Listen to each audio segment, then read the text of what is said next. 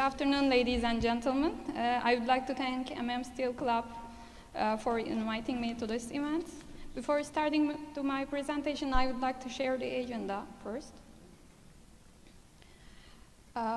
Firstly, I would like to share some data and give an overview about current steel production, situation on the global flat steel market, and steel using industries. And then I will go to details of changing dynamics of flat steel capacities and consumption in Turkey. Then I will inform you about Green Deal and Turkish steel. Fourth item will be protectionism, which is a very important topic for both global and Turkish steel sector. And lastly, I would like to give a brief information about our company, Galva Metal. Okay, let's get started with current situation on the global flat steel market and steel using industries. According to World Steel Association's data, world steel production in October decreased by 10.6%, and China played a decisive role in the decline in the world production, steel production. In October, China's production decreased to 71.6 billion tons. In January-October period, world steel production reached to 1,607 million tons, with an increase of 5.9%. Excluding China, world production increased by 6.4% in October. In the first 10 months of the year, again excluding China, the increase in world steel production reaches to 15%. Nearly 4 years later, China was the first to pull world steel production down. In October, China's share in the world steel production fell below 50%, amounting 49.1%. In the first months of the pandemic, China's share of world steel production had reached to 62.5%.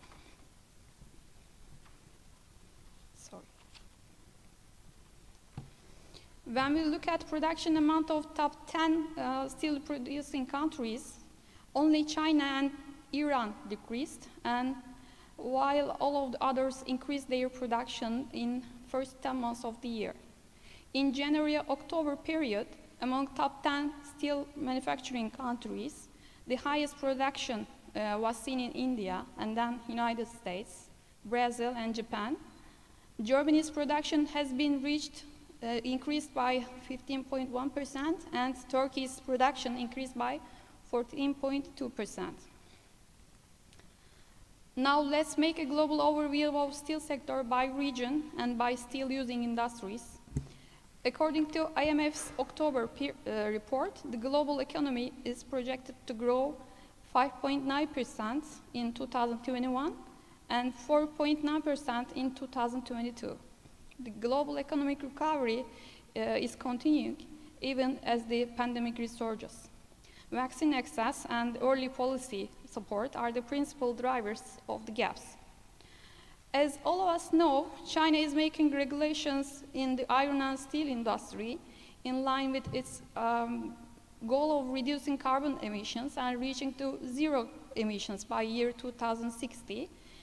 And the government requires steel output cuts nationwide to keep China's 2021 production crude steel output within 2020 levels.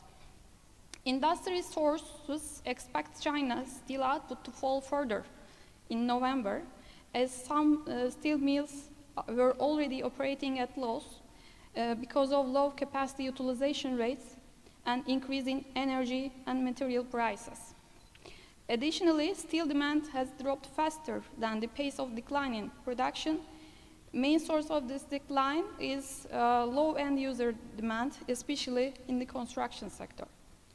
China's move to tighten financing in the sector is expected to continue undermine the construction demand in 2022. When we look at global construction industry, the activity is around 5% higher than 2020, and around 3 to 5% increase is expected for 2022. which is a moderate rate comparing with other industries. It seems construction sector couldn't recover yet. As we check the global automotive industry, it's showing signs of recovery within the first half of the year after a weak backdrop during the last year.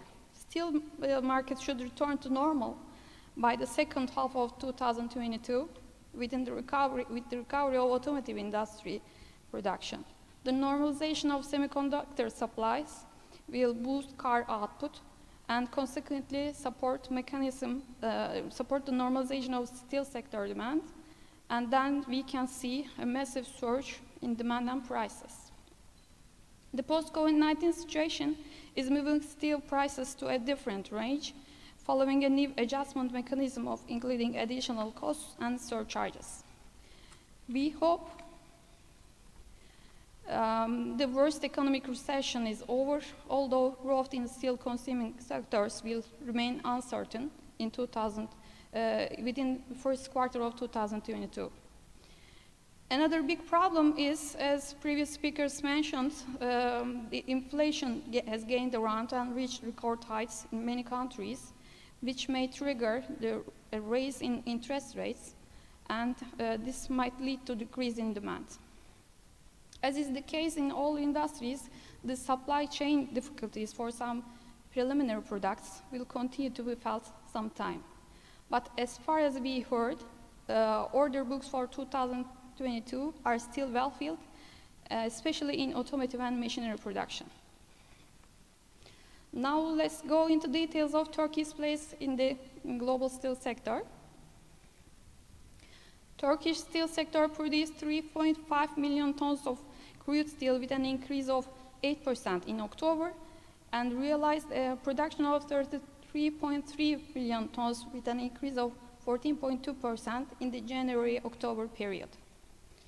Last year, Turkey passed Germany and became seventh biggest steel producer in the world and first in Europe. Last year, total amount of the production was 35.8 million tons. As of end October, Turkey is at 8th place again, just after Germany. Analyzed data indicates that most probably Turkey will reach to 40 million tons annual production, and this will be the record of the Turkish steel industry, and it's still possible to pass Germany again this year. When we check Turkey's crude steel capacity and capacity utilization rates, we see capacity utilization has been reached to 75%, which is the highest level of last 10 years. As we know, this year global capacity utilization of the global steel sector has been reached to again 75%, as nearly all of the idled production facilities turned to production. And all of us feel supply side of the sector turned to normal level. Now let's look at recently announced 2021 9 months growth rate data of Turkey. As you can see on the first graph, after a sharp growth in second quarter by 2022, Turkish economy continued its growing in third quarter by 7.54%. Overall growth rate of the Turkey's GDP is 11.7 in first 10 months of this year, which is much higher than global growth rate.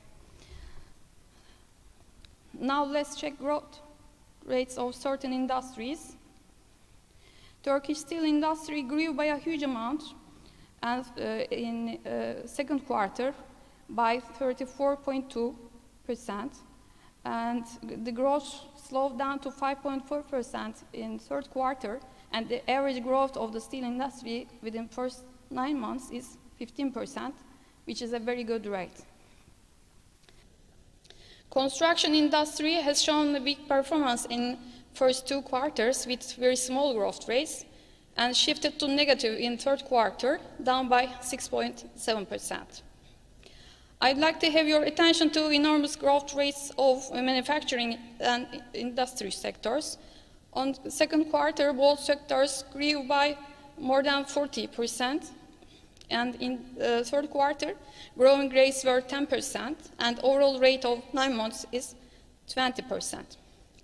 These growth rates are not surprising for us, as this is the result of Turkey's strategy that stimulates production, and these rates are expected to remain at high levels within next coming years, as there will be new foreign domestic investments at manufacturing sectors in a short period of time.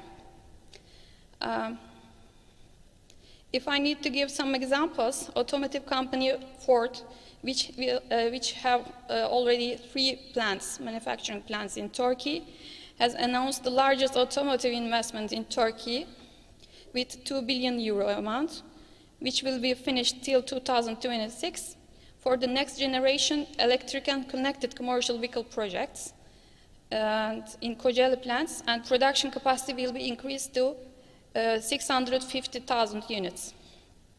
Another automotive investment in Turkey, as a part of strategic partnership with Ford and Volkswagen, the new generation Volkswagen 1-ton commercial vehicle model will also be produced by Ford Otosan in Kocaeli. With the 1.4 billion euros project phase, Ford Otosan 1-ton medium commercial vehicle capacity is planned to increase to 405,000 units. Another example is IKEA, Sweden's flat pack furniture company, announced that they are planning to move some part of their production to Turkey to minimize problems with global supply chains and increased shipping costs. There are some other examples from many different countries, from many different industries, mainly from Germany. And I can say Turkey, with its strategic location, young population, low energy, labor, and land costs, has posed a strong alternative to pure COVID-19 eras, single-centered and Asian-based production network. As those of you who follow Turkish steel industry might know, in the past, the sector was used to dominate by construction industry and mainly by long products. Even there were periods when 70% of the whole steel industry was serving the construction sector. But according to production and sales data of last years, we see Turkish steel sector has been in transformation period. By means of continuous technological developments, Turkish steel industry is growing by serving to manufacturing industries like automotive, white goods, panel radiators, manufacturing, etc., with more value-added products, despite the declining construction sector. It's predicted that this trend will continue in the following years with new investments in flat steel, and the share of long products in Turkish steel will decrease, while the share of flat products will increase. Speaking of investments, let me give you more precise information. Recently, there are 4 hot-rolled steel mills in Turkey, and with a production capacity of 14 million tons, 2 new mills are now investing, and 2 of the old mills are also making capacity increase investments. In total, 10 to 12 million tons of new capacity will be commissioned within 2 years. With the introduction of these capacities starting from the middle of 2022, the new opportunities will be created in the Turkish steel sector in terms of both import substitution and exports. There will be new investments at downstream, and coated steel production capacity will also increase. 2 new galvanizing lines are expected to start operation at the beginning of the new year, and 3 new lines are at contract signing stage. Together with these changing dynamics, there are also some big advantages, as I mentioned before. One of them, geographical location of Turkey, which provides fast transportation to nearby countries like Europe, Middle East, CIS countries, etc. Another advantage is having flexible type of production, as 75% of steel is produced in electric arc furnaces. This feature is also a very important role in green steel transformation, which I mention in next topic. Okay, let me pass out to Green Deal and Turkish steel. Being responsible of 7% of the world's carbon emission, green steel became one of the most important issues for the steel industry, with ever tighter pollution rules and carbon taxes and markets spreading around the world. Going green is as much about survival of the industry itself as contributing to curbing global warming. The cleaning process that exists today, as we know, although still at a pilot stage, uses green hydrogen produced from renewable electricity instead of burning coal, and biomass also has been used an alternative to fuel. As the green steel transformation is about to play an increasingly important role in overall move towards carbon neutrality, the importance of scrap will increase across the whole industry. As the EAFs creates around 75% lower carbon emission than blast furnaces, scrap will be more and more important, and we will see higher prices as decarbonization will increase demand for scrap and keep prices high.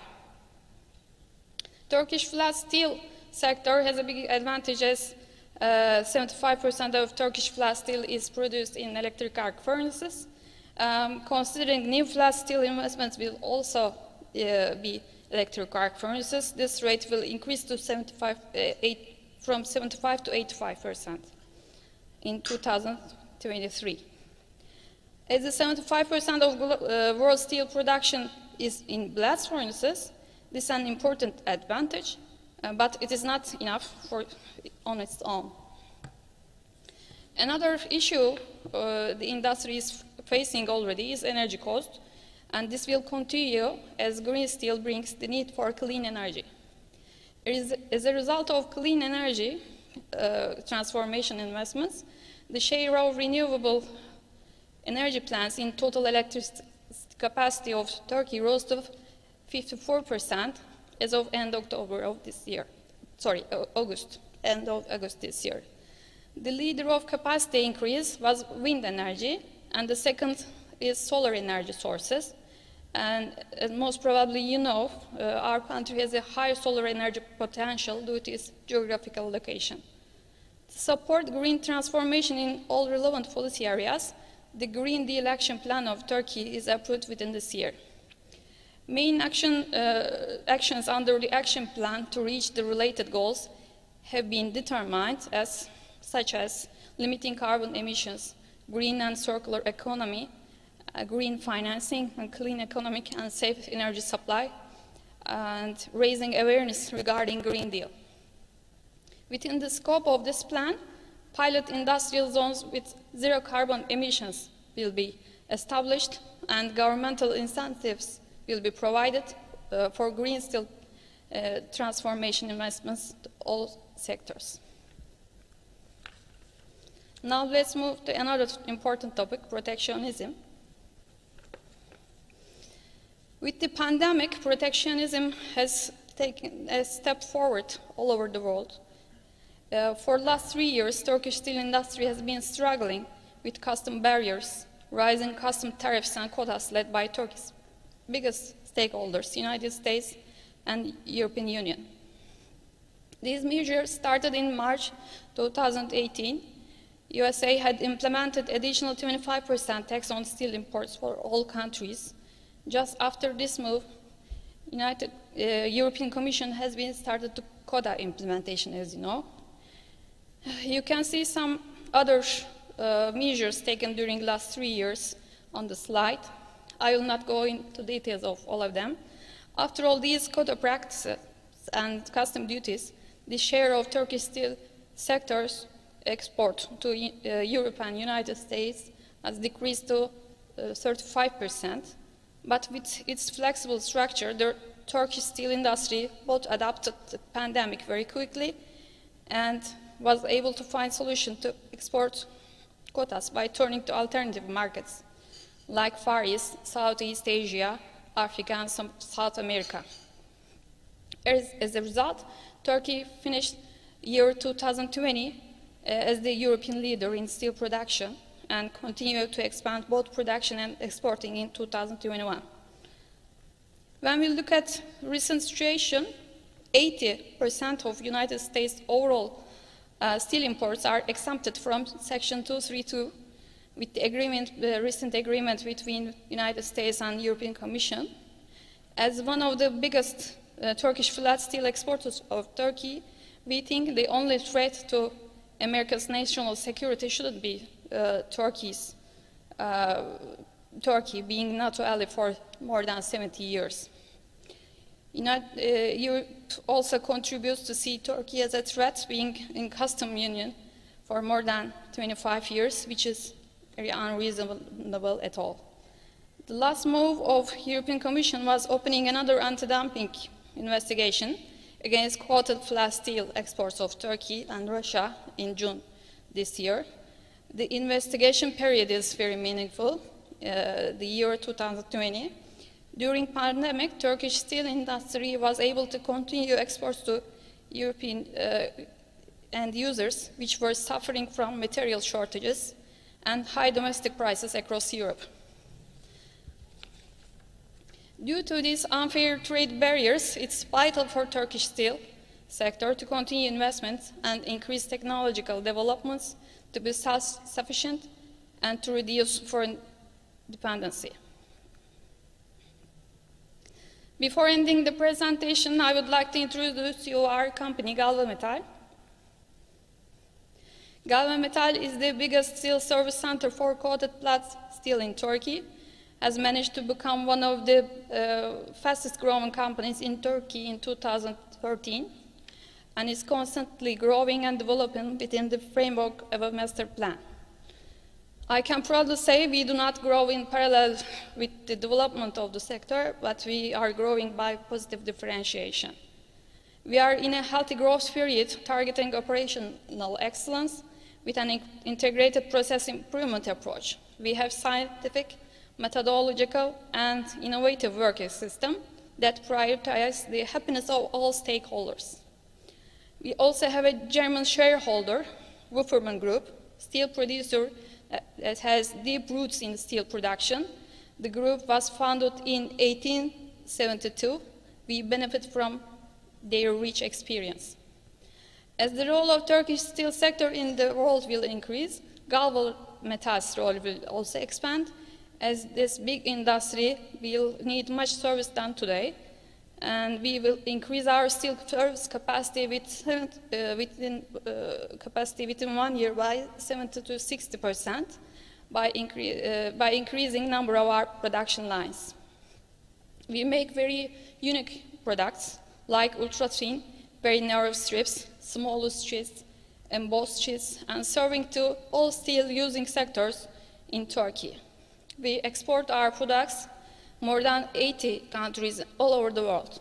We always like to push our limits and to be one and only in our workspace. For more information about our company, you can visit our website. Thank you for your attention.